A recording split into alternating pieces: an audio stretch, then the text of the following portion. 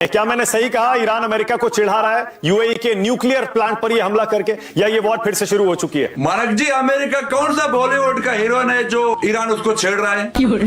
तुम्हें तकलीफ इस बात से हो रही है क्योंकि तुम्हारे मोदी ने पैसे लिए दुबई वालों से, ये मुआहदा किया है कि तुम पर हमला, हम पर हमला। अब मोदी कुछ कर भी नहीं सकते क्योंकि मोदी की खुद फट रही है। और सुरेंद्र भाई, विरासत में गद्दी मिलती है, बुद्धि नहीं मिलती है, ये आपके पार्टी पे भी अप्लाई करता है। हाँ बेटा, विरासत उसी की होती है जिनका परिवार होता है। सही बात। जो परिवार विहीन नागपुर की संतानें होती उनके पास कोई विरासत नहीं होती। ये राजनीतिक विरासत की बात हो रही है। मैं अपने परिवार पर भी अपने विरासत। अरे ए अमीश सुनो, तो ये क्या तरीका? ए अमीश सुनो, मैं आपसे जवाब पूछ रहा हूं।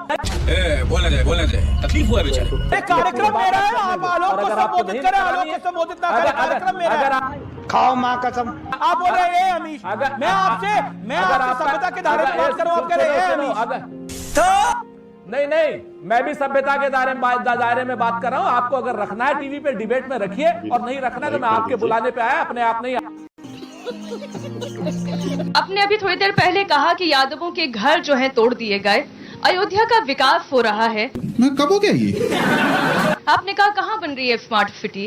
क्या अयोध्या का विकास आपको पसंद नहीं आ रहा? अभी बता है भाई। उत्तर प्रदेश का विकास हो, अयोध्या का विकास हो, भगवान श्री राम का मंदिर बने, लेकिन गरीबों को उजाड़ करके क्या पकड़ा है? क्या पुण्य काम के लिए आप किसी घर पे बुलडोजर चला देंगे? आप, ये कहाँ की परंपरा है? ये कहाँ की संस्कृति है? किसने सिखाया आपको? किस कानून में ये बात है? आप उन्हें मुआवजा दीजिए, अगर किसी पुण्य काम के लिए 6 गुना मुआवजा दीजिए। क्यों नहीं दे रहे हैं आप? हजारों करोड़ रुपए आपके पास हैं, डबल इंजन की सरकार है आपके पास, तो धोती खोल रहा है। जितनी जमीन आप 6 गुना मुआवजा दीजिए। मुझे याद है, आगरा से लखनऊ सड़क के लिए जमीन ली थी, या लखनऊ से लेकर के आपके बलिया और गाजीपुर तक के लिए सड़क ली जा रही थी।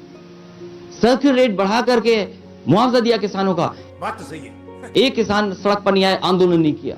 इसी लखनऊ शहर में हमारे बैठे हैं नवाब लोग, 2 लोग पीछे बैठे हुए हैं। इनके बाद बिजली घर हटाना था मुझे, अधिकारियों ने कहा कि 37 करोड़ आपको बजट देना पड़ेगा पैसा। मैंने कहा हाँ, इस इलाके को सुंदर करना है, आज चाहे हमें 37 करोड़ देना पड़े। एक रस्तों की फैमिली है, उसको 37 करोड़ रुपया मुआवजा दिया था और बिजली का घर हटाया था वहां से। तो सरकार के खजाने में क्या कमी है? आप एक पुण्य काम करना चाहते हो, अच्छा काम करना चाहते हो। कौन नहीं भगवान श्री राम को मानता है? क्या वो जिनके घर उजाड़ दिए वो नहीं मानते क्या भगवान राम को? क्या वो व्यापारी जिनकी दुकानें तोड़ी जा रही हैं वो नहीं लड्डू चढ़ाते थे, प्रसाद बनाते थे? इसके लिए जिम्मेदार कौन है? खत्म, गया। ये तो लेने के देने पड़ गए। कहाँ घाटा हो रहा है? घाटा कहाँ हो रहा है? घाटा तेल कंपनियों को हो रहा है। जब मोदी जी प्रधानमंत्री बने थे तो उस वक्त देश में पेट्रोल 60 रुपए लीटर हुआ करता था, और अंतर्राष्ट्रीय बाजार में एक स्थिति ऐसी आई थी कि कच्चा तेल $24 और $23 प्रति बैरल पर आ गया था। तब तो मोदी जी ने पैसे कम नहीं किए थे, तब तो 90 रुपए बेच रहे थे पेट्रोल। तो पहले अगर 1000 करोड़ का घाटा बता रहे हैं तो पहले ये भी तो बताइए कि पिछले 10 साल में कमाया कितना आपने, प्रॉफिट कितना है आपका? ये कौन बताएगा? बहुत अच्छी बात कही। जली ना, तेरी भी जली ना। प्रोफेसर महेश वर्मा, तो जो अखिलेश यादव के समर्थक कर्मचारी हैं वो बिजली में गड़बड़ झाला कर रहे हैं, इसीलिए कटौती हो रही है। ऐसी साजिश कर देते हैं अखिलेश यादव, आप कुछ नहीं कर पा रहे। डिप्रेशन। आपको लग नहीं रहा है कि ये साजिश का हिस्सा है संदीप भाई? अच्छा, क्या कर रही है आपकी पुलिस? क्या कर रही है सीबीआई? क्या कर रही है LIU? मतलब कुछ भी। अब साजिश कर दी। अब कर्मचारी जो समाजवादी पार्टी के समर्थक हैं हद कर रहे हैं। पैमाना है। आपने जनता को बेवकूफ समझ रखा है, नादान समझ रखा है। देखिए, मैं हद कर दिया आपने भी। ये उस तरह से बिल्कुल नहीं है। आपके इस तरह से चिल्लाने से क्या होगा? क्या बोला तूने? बिजली संकट को दूर करने का कोई समाधान, कोई रास्ता बताइए। आप नहीं जी, ये तो अखिलेश के समर्थकों ने कर दिया। नहीं, कुछ हर चीज में साजिश। कुछ समझ रहे हो? हद कर दी आज तो आपने हद कर दी है। आपके मंत्री कह रहे हैं, ओम प्रकाश राजभर, गांव में लोग AC और कूलर चलाने लगे जी, बिजली इसलिए गुल हो रही है। गांव में नहीं चलाएगा, महेश वर्मा ही चलाएंगे, योगी आदित्यनाथ चलाएंगे। गाँव में आदमी एसी में नहीं सो सकता, वो कूलर में नहीं सो सकता।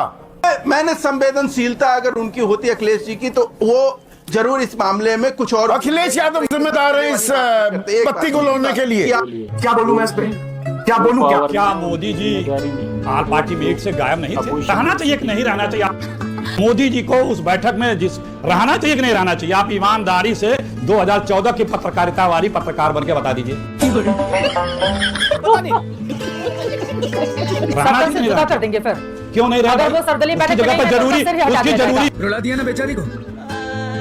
उसमें बदन है, आप क्यों अफवाहें फैलाती हैं बैठ के? आप लोग पाकिस्तान के लोगों को बुला के अपने चैनलों पे, इंडियन टीवी वाले बुला के उनसे डिबेट कराएंगे और हम पे उंगली उठाएंगे। ये तो धोती खोल रहा है। लेकिन आप लोगों को क्या कि आका ने बोल दिया है, सुल्तान के यहाँ से फरमान आ गया है, वो प्रेस कॉन्फ्रेंस कर लिए, उसी का ढोल पीटना है। गजब बेइज्जती है। अरे भाई कुछ तो दिमाग लगाओ। नहीं तो लेने के देने पड़ गए।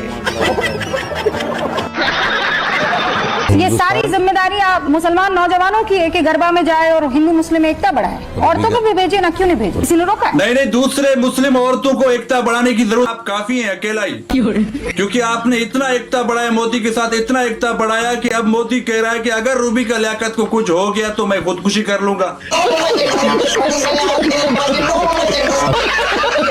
कुछ देर पहले ब्रजेश पाठक जी बैठे थे, स्वास्थ्य मंत्री हैं। आपने तो उनसे स्वास्थ्य पर सवाल ही नहीं पूछा कोई। अरे तो खड़ा होकर आप पूछ लिए होते। नहीं, आप बताइए, आप लोग यहाँ मौजूद और ये भी बता रहा हूँ कि अगर डिबेट में किसी को सवाल पूछना है तो हाथ उठाएंगे, मैं आ जाऊंगा। सर बात तो सुन लीजिए, बीच में ना बोल। आप में से सब यहाँ मौजूद थे, आप बताइए एंकर ने क्या? हर्षवर्धन जी कह रहे हैं कि सामने ही थे, खड़ा होकर बोलते कि हमको पूछना है। पहले तो हर्षवर्धन जी के आगे आप लगाते हैं राजनीतिक विश्लेषक या पत्रकार, उनको बताइए आरएसएस का पत्रकार। सीधी बात, मैं आपसे पूछ रहा हूँ, आप कितने लोग हैं? सबके घर में परिवार है, सबके घर में बीमारी दुखी आती है, सब डॉक्टर के पास जाते हैं। ठीक है। और प्रत्येक व्यक्ति को जो यहाँ बैठा उसको ये भी पता है कि अगर एक 2000 रुपए की जांच डॉक्टर साहब ने लिखी है तो उसमें 1200 रुपए डॉक्टर साहब का कमीशन है। बात तो सही है। अच्छा चलिए, मैं एक मिनट सर, क्या आपने ब्रजेश पाठक को यह बात नहीं पता है? क्या ब्रजेश पाठक को इस पर कार्रवाई नहीं करना? अरे तो ब्रजेश पाठक जी चले गए भाई, उसी से मैं आपको पूछना था। आप राकेश जी कह रहे हैं कि आप सिफारिश करने में लगे हुए थे। ये मान गए ना, आपका काम हम कर रहे हैं। तो करिए सर, खड़ा होकर पूछ लिए होते। ओपन प्लेटफॉर्म है। मैंने तो यहाँ भी लोगों से कह दिया, किसी को सवाल पूछना है तो इशारा करे, मैं उठ के चलाऊंगा। अरे सर, आपने किसी से कुछ नहीं कहा। आप तो पारदर्शिता है सर, ये तो ट्रांसपेरेंसी है। आपने पहले लेकिन आप राहुल गांधी को लेकर जो सवाल उठ रहे हैं कि वो 60 करोड़ का खर्चा कहाँ से हुआ, उस पर आप नहीं बोल रहे। आपने पहले से बता कर रखा है कि बीजेपी से सवाल ना पूछना। मैं ये कहूंगा आप लोगों को, असीम बकार जी को या तो जानकारी नहीं या झूठ बोलने की आदत है। अगर एक दिन भी मोदी सरकार में 24-25 डॉलर का क्रूड बिका होगा तो मैं टीवी पर, चैनल पर आना बंद कर दूंगा। ये फंस गया। आप लोग सब खोज लीजिए, इतना झूठ बोलते हैं असीम बकार। और आपके पास समय है, आप बताइए 24-25 डॉलर कभी भी होगा, बताइएगा। अभी बता दे भाई। पेट्रोल पर बात हुई, फ्यूल पर, तो देश की जनता के सामने एक फैक्ट रखना जरूर चाहिए कि 2004 से 14 के बीच में जो क्रूड ऑयल है वो 217% से बढ़ा था और तब पेट्रोल और डीजल लगभग 60 रुपए के आसपास बिक रहा था। और आदरणीय प्रधानमंत्री जी के शासनकाल में वो जो 10 साल वाला जो है उसमें क्रूड ऑयल लगभग मुझे लगता है 67% के आसपास से सही बात है गिरा, लेकिन हमको पेट्रोल डीजल जो है वो 100 रुपए के आसपास मिल रहा था। तो रुको जरा। अब हर्षवर्धन जी, अब आप जाइए यहाँ से। अब देखिए जवाब मिल गया आपको। आप आपको नहीं सर, वो बात नहीं, बस हवा निकल गई। क्योंकि मोदी जी आरपी सिंह जी को तो ये कह गए कि भाई शहर से भी बाहर मत चले जाना, और खुद देश से बाहर चले गए।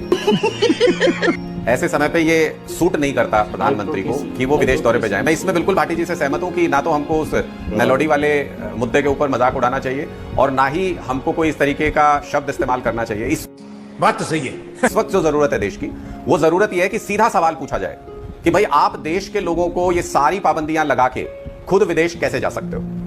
मुझे क्या पता, मुझसे पूछता रहे। आप कह रहे हो वहां से इन्वेस्टमेंट लाएंगे, पता नहीं क्या करेंगे।